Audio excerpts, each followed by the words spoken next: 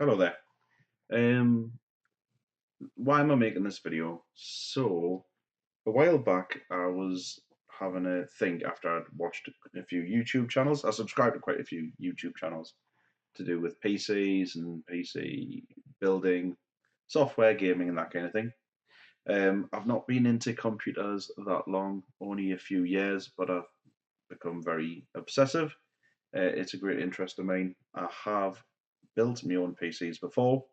And I was watching a few videos recently, and a lot of the YouTubers and the community are generally talking about the cost of equipment and the fact that the RAM has sort of tripled in price, and due to a shortage of wafers. I think because Samsung bought them all out because they're developing DDR5. I know we're using DDR4 at the moment, but they are developing DDR5, bought all the wafers. So the shortage has meant that the price has gone up quite high for RAM, and the 3 times, nearly 4 times, and it's still increasing. No sign of it coming back down again either. And also due to cryptocurrency mining, the cost of your graphics card's gone up massively. So a PC that maybe is going to cost you £500 for a fairly decent, low end but fairly decent computer, maybe 4 years ago, 3, 4 years ago, these days, you could be looking at upwards of £1,000, which is out of the market of most people, which is, a good reason to maybe use a console. Because they are pretty good value and the new ones are quite powerful as well. I don't personally use a console. I have done in the past, but now that I'm into PC gaming quite heavily, um, I tend to stick with PCs, but also because I absolutely love building them. This isn't my current personal PC. I'm going to come to this in a minute. This is the reason I'm making the video. I have a very high-end PC. I have a Ryzen 7 1700, 980 Ti, 32 gig of RAM. The reason I do is because I am a photographer and a videographer, and I do some graphics. So I do have a high-end PC for that. But I was thinking, if my PC ever broke, would I be able to replace it? Well, right now I wouldn't have enough money to build something like me Ryzen PC. A lot of the parts are built up over the years, so hard drives that are in it and that kind of thing.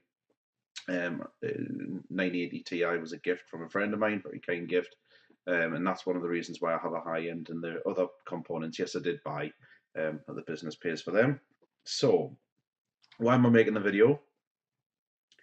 I was going through a lot of my old computer components, and I was also having a think about the cost of equipment at the moment.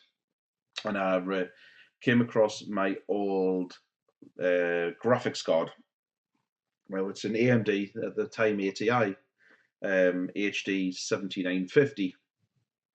And the reason why it's relevant is because I was kind of wondering if the worst came to the worst and my computer did break, would that still be able to run things that are needed for example, photo editing, priority, and gaming specifically? Because I do have a laptop I could probably run Photoshop on, so it wouldn't be the end of the world. But although it wouldn't be as fast. But I was kind of curious about the gaming, and that's probably 3 or 4 graphics cards old for me. And so I've had lots of different graphics cards since then, and I was kind of curious, was it as bad as I thought it was, the graphics card, or was it better and I just wanted better hardware? Or was it genuinely uh, obsolete, or could it be used today? Um, I think one of the main things is over the years, as a graphics card gets older and older, yes, the games get harder to run, but at the same time, the drivers mature, so it probably gets proportionately better.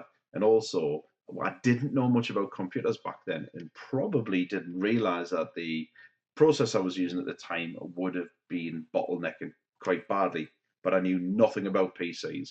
At the time, I bought an i5 PC, um, and I was like, oh my God, I've got an i5, that's amazing. i5s are great for gaming. However, I didn't understand anything about computers and processors, and it was only a dual core. I now know that that's the reason why. Now, what I tend to do is I always keep a hold of my hardware, unless it breaks, I guess. But in fact, nothing's ever broken on me before in all the years I've been, sort of maybe the 3, 4 years I've been into PCs. So how my PC life has gone is dead simple. I bought a PC, an i5, the one I just talked about, which happens to be an i5, let's have a think, 650, i5 650. I think that's 2 cores, 4 threads. I'll check that, but I think it is.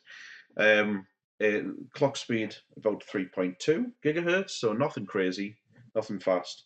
I think they can be overclocked, although they're not like a K skew.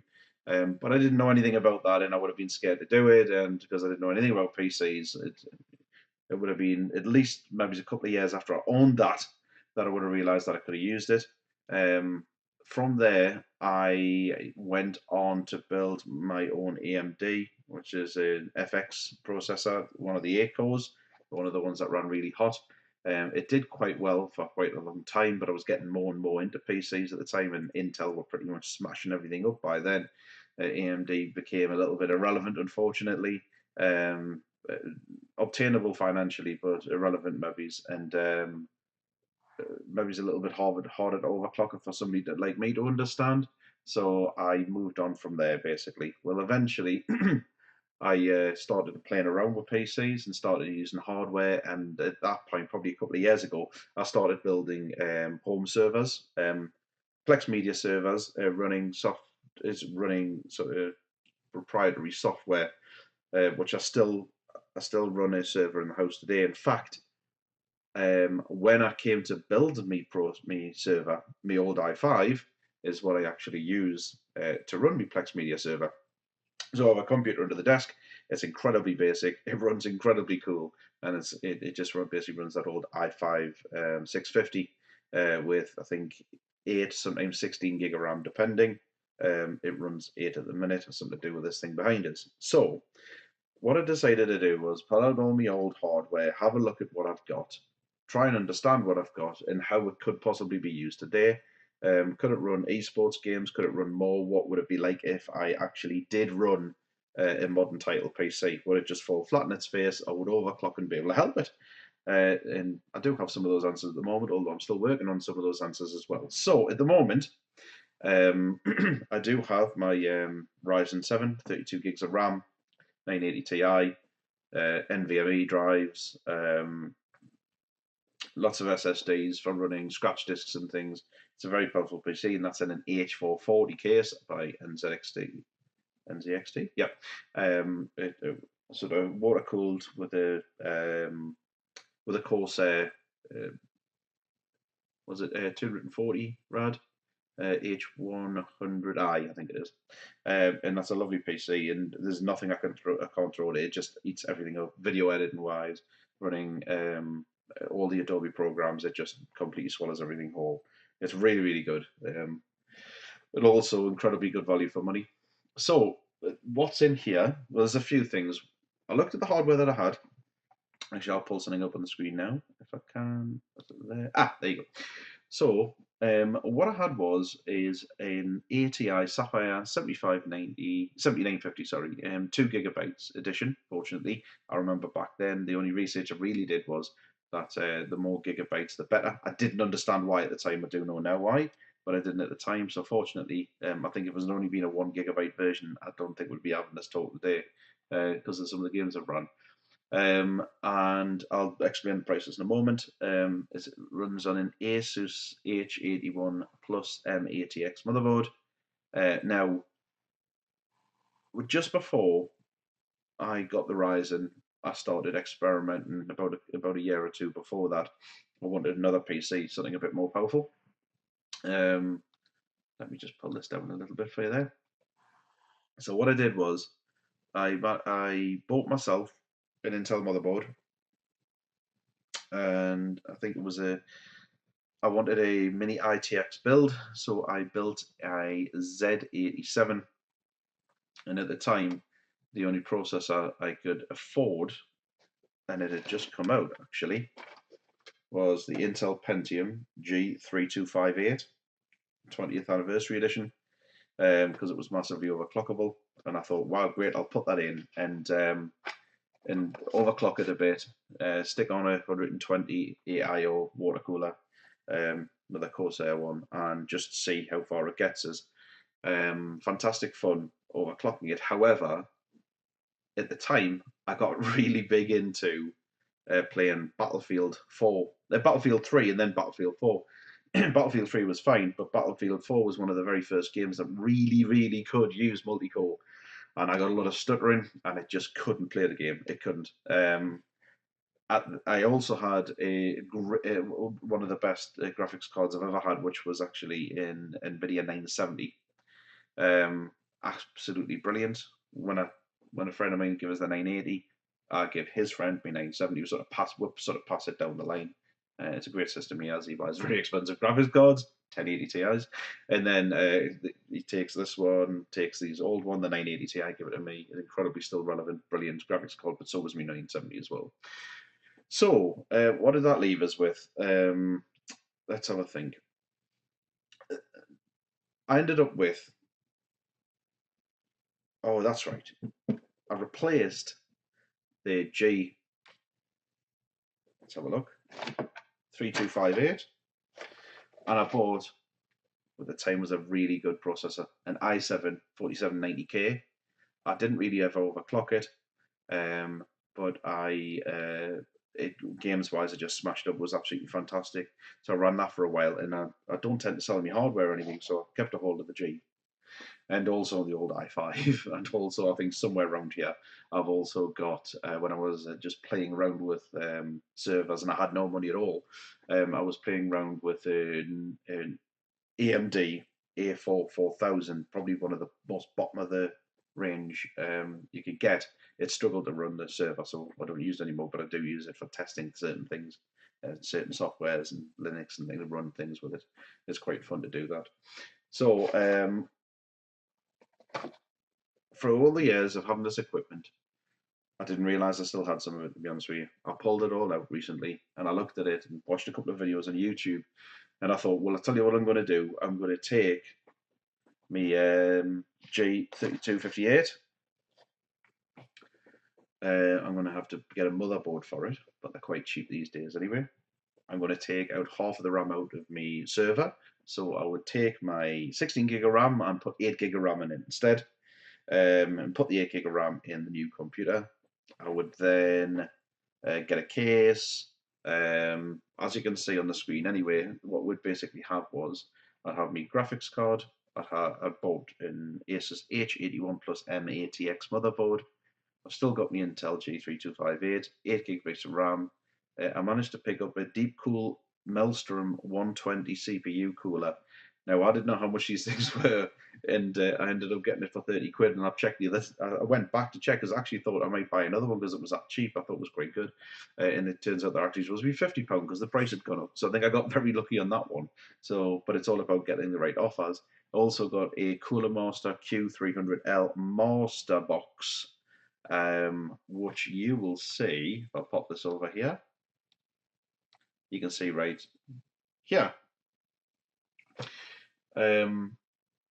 MATX, not long been out. There's a couple of reviews out about it. That thing cost me in the region of £40, including delivery. Amazon was sold out, and I managed to get that one from eBuyer, one of my favourite retailers, e-tailers. And funny enough, as much as it's small form factor and it is quite a basic case, it's been an absolute joy to build in.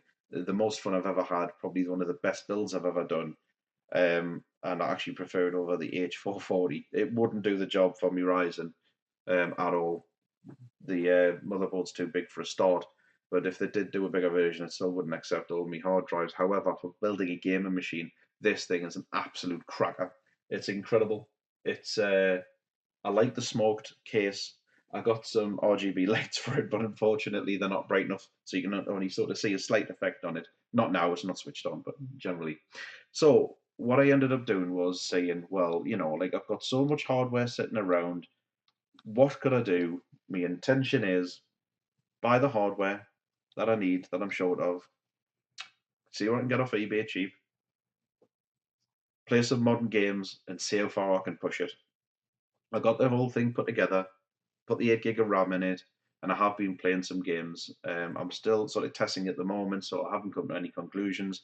But I was shocked at actually how well that graphics card, the 7950, actually does run.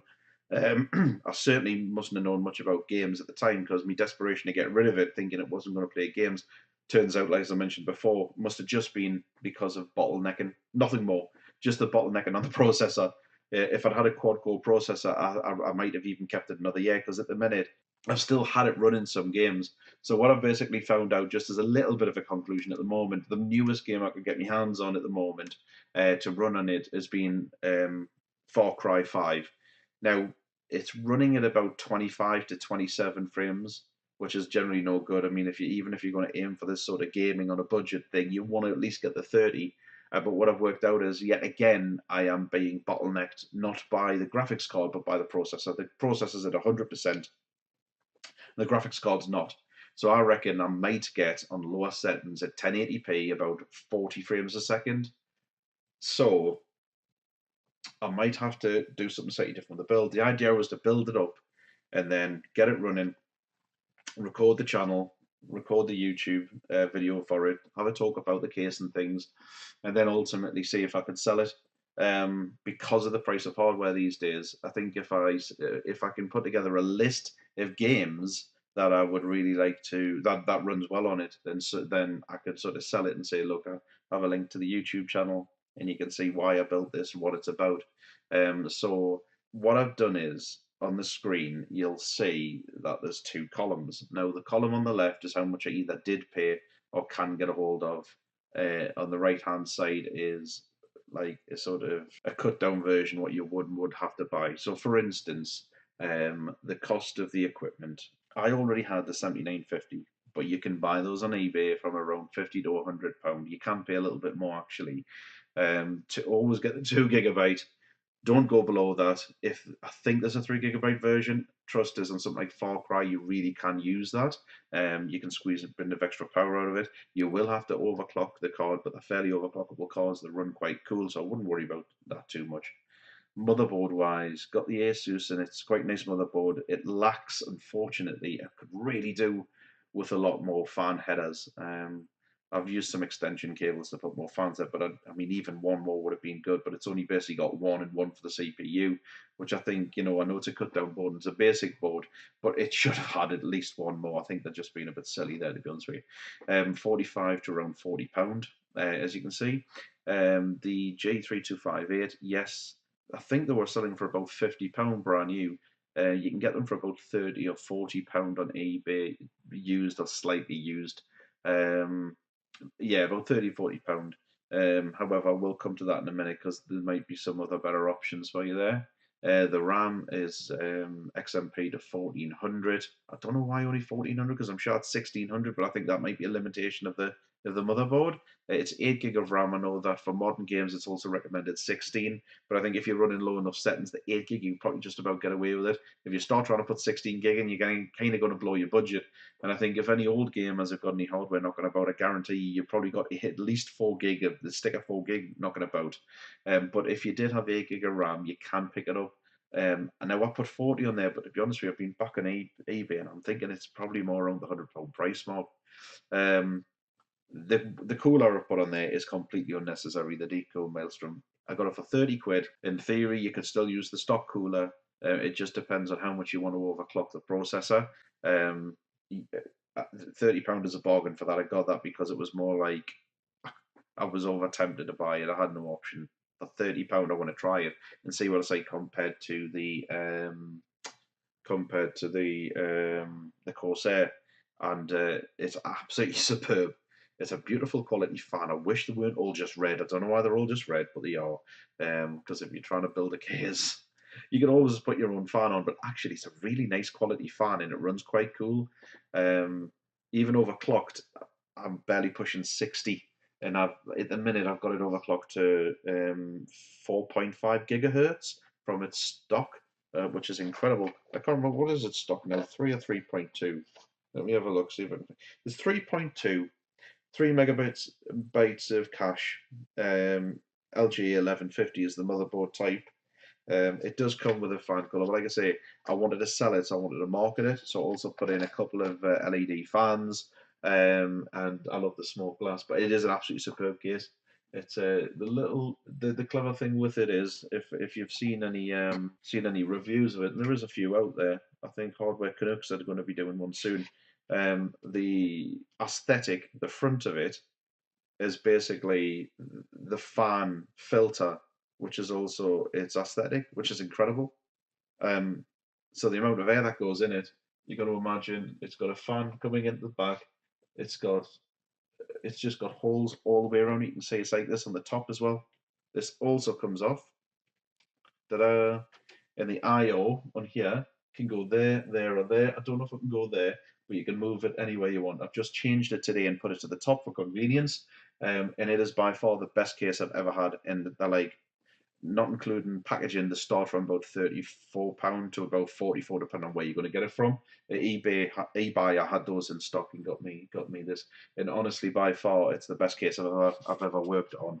The back of the case is really deep. In fact, that's where you keep your 3.5 inch hard drive, which I've got in there. There's enough space for one of those, so the cable management on the back is just incredible.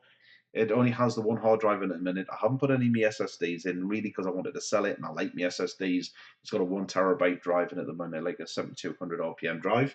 Um, Other than that, it's a nice clean build. I've got a Corsair 650 power supply in the bottom, nearly forgotten they're called, which is semi-modular.